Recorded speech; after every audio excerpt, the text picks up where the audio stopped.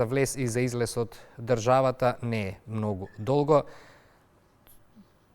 Добро, се извинувам, програма во живо, во студио сме тука сами, така да мораме и да комуницираме со колегите од режија за да видиме што се случува нели со нашата гостника која што требаше да ја добиеме онлайн. Веќе претпоставам, ајде ќе пробаме уште еднаш Билјана Николовска-Трајановска.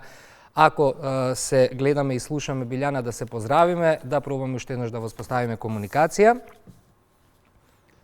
Здраво, супер. Што имавме такви проблеми, меѓутоа еве сега мислам дека се е во ред. Се е во ред. Сега прво да се заблагодарам, денови од одмор ни се јавуваш надвор од Македонија, затоа на овој начин ќе позборуваме за оваа тема која што веќе најавив. Ајде, имаме уште 9 минути до вести, бидејќи изгубивме малку време околу техничкиве работи, попочнуваме веднаш. Го поставуваме прашањето и темата како готвењето и заедничките оброци можат да помогнат во социјалниот и емоционалниот развој на малите деца. Ајде, како социјален работник во градинка, мајка на 2 деца и со искуството кое што го имаш позади себе, како гледате на готвењето и заедничките оброци како начин за поттикнување на социјалниот и емоционалниот развој кај малите деца? Ова активност навистина може да придонесе создавање на многу вештини кај децата. Пред се, многу е важно заради тоа што преку оваа активност се создаваат и многу силни врски помеѓу децата и возрастните, односно помеѓу семејството и други институции во кои што децата тековно низ својот раст и развој се вклучуваат.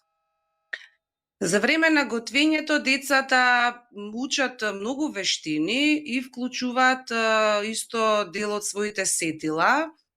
Многу интересно да дадам еден пример на оваа тема, што споделуваат децата, вели, леле, додека сецкавме пиперки во градинка и правевме зимница, јас почувствував дека сакам да ја пробам пиперката и навистина било вкусно, така што верувајте дека создаваат многу силни емотивни состојби кај децата. Децата почнуваат да размислуваат дали да го сакам да го вкусам ова, па потоа ќе го препорача на некој другарче и така натаму. Затоа топло апелирам да се работи со дечињата, да заедно со своите родители и возрастните се вклучуваат во процесот на готвењето. А дали, Билјана, децата во градинка покажуваат поголема радост и самодоверба кога се вклучени во активности, например, како миење овошје, да кажеме, редење на овошјето, можеби некое сервирање или пак игрите кои што си ги играат, а се поврзани со нивните имагинарни кујни или рецепти? Токму така, во овие процеси расте самодовербата кај децата, тие се чувствуваат многу важни, добиваат на значење заради тоа што ние сме им дале обврска која што тие чувствуваат дека треба да ја извршат со самото миење на овошјето, складирање, па учиме боја, мирис, вкус и така натаму. Децата се трудат во таа социјална средина кој попрво ќе дојде до одговорот, кој прв ќе се вклучи во овој процес и така натаму. И верувајте дека многу е интересно што истото тоа што го доживуваат во градинка, го реплицираат дома и родителите се многу благодарни поради тоа што верувајте дека не секој има родител идеја да го вклучи детето во готвењето, но многу големо уживање создаваат кај своите деца и поради тоа треба сите да се ги вклучуваме децата заедно со нас да готват. И така ќе ја вкусат и можеби и манџичката што не ја јаделе претходно. Така, затоа до сега доаѓаме до прашањето колку овие мали кујнски задачи им помагаат да развијат чувство на одговорност и на припадност во групата. Што вели искуството од градинките? Како што напоменав и претходно, тие се чувствуваат едноставно своји, природно се однесуваат кон овошјето, кон зеленчукот, понекогаш така да си поиграат со нив. Знаеме да правиме и разни фигури за да се роди некоја желба, како што напоменав, за јадење, но исто така како што спомнавме за одговорноста, верувајте дека со овој вид на активности многу расте одговорноста кај децата, а тие ја пренесуваат и кон своите врсници.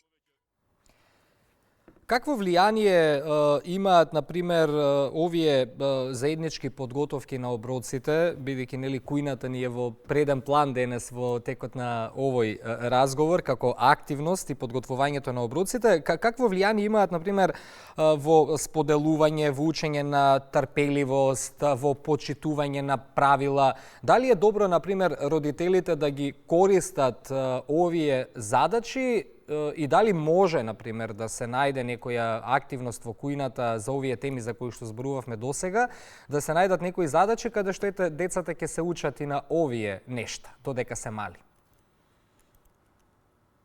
Секако да, расте одговорноста кај детето, исто така доколку во домот ги вклучуваат родителите своите деца во оваа активност, ќе ги научат да се грижат по завршување на активноста, да го раскренат она што го растуриле, да го складираат на соодветното место јадењето.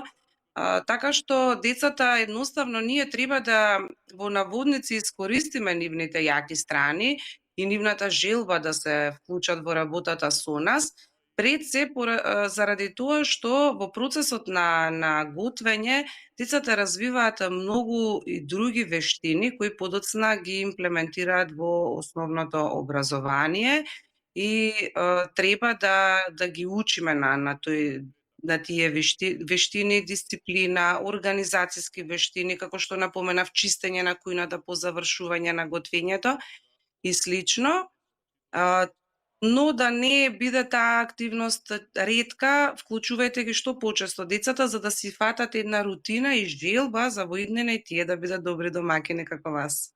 Сега деца, родители ги зборувавме досега, но дали овие активности ја заекнуваат и врската помеѓу децата и воспитувачите, например слично како во семејството дома? Секако да, доколку воспитувачот ја даде довербата кај детето, односно даде тип на активност, ајде Дамјан, оди изми ги морковите, ќе правиме руска салата за зимница. Па на друго детенце ќе му даде некоја слична активност од типот ајде оди ти Мија, донеси ја гајбичката со карфиол, ќе работиме заедно и така натаму. Таа врска се создава, да, и на почетокот започнува со врска на доверба, како што поменавме, но за да се зголеми таа доверба, треба да имаме чести вакви видови на активности, за да може децата да се опуштат едноставно во активностите, да бидат своји, да не се чувствуваат дека им е наметнато нешто, едноставно слободно да се изразуваат додека се дружат заедно со овошјето и зеленчук. И за крајот овој разговор, што би била препораката на родителите за да продолжат дома со слични активности, да ја зацврстат врската со своите деца преку ова заедничко подготвување на оброците? Сепак да истакнеме дека зависи од годините на кој начин може да ги вклучуваат нели во кујната, кога се помали може само да бројат, да сервираат, кога се малку поголеми може да учествуваат во самиот процес на работа. Меѓутоа, која ќе биде вашата препорака до родителите за да ја резимираме темата за која што зборувавме овие 10 минути? Апелирам до сите родители да ги вклучат децата секако во овој процес, но поради тоа што секој дете е различно, со своја посебност и индивидуа, родителот треба да процени по кој дел ќе го вклучи детето при готвењето. Нека ја почитува неговата желба. Ако каже детето дека сега не сака да сецка, сака да лупи, испочитувајте го детето, но не треба да застанеме тука, можеме нареден пат кога заедно ќе се дружиме со своето дете за време на готвење, да му понудиме тоа што можеби претходно не сакал да го направи. Така да таа заемна врска тука исто така повеќе расте и топло ги поддржувам родителите да не се грижат, па да не падне, па да не се повреди, па да не се исече. Не, децата знаат да се снајдат како и во надворешните активности со своите другарчиња, така и во кујната, но сепак зависи све од нас возрастните, како ние ќе им го покажеме тој процес на готвење и како ќе ги прифатиме нашите дечиња додека готват заедно со нас. Билјана, вредеше малку маката додека си се поврзаме, но тоа е тоа, нели, интернетот не секогаш или техниката е на наша страна, но да заблагодараме на колегите од режија за ангажираноста и за секако можноста на крајот да го оствариме овој наш разговор на овој начин. Се гледаме повторно во студиото кога ќе се вратиш во Македонија. Поздрав до тебе. Благодарам и на вас, поздрав и до вас и извинете уште еднаш, но ги дадовме сите сили да се поврземе и да се дружиме денеска. Имам јас прекрасни колеги, знаев дека ќе биде тоа секако што треба, така да ете ги фативме тие 10 минути предвидени за разговорот. Време е за првите вести во 8 часот.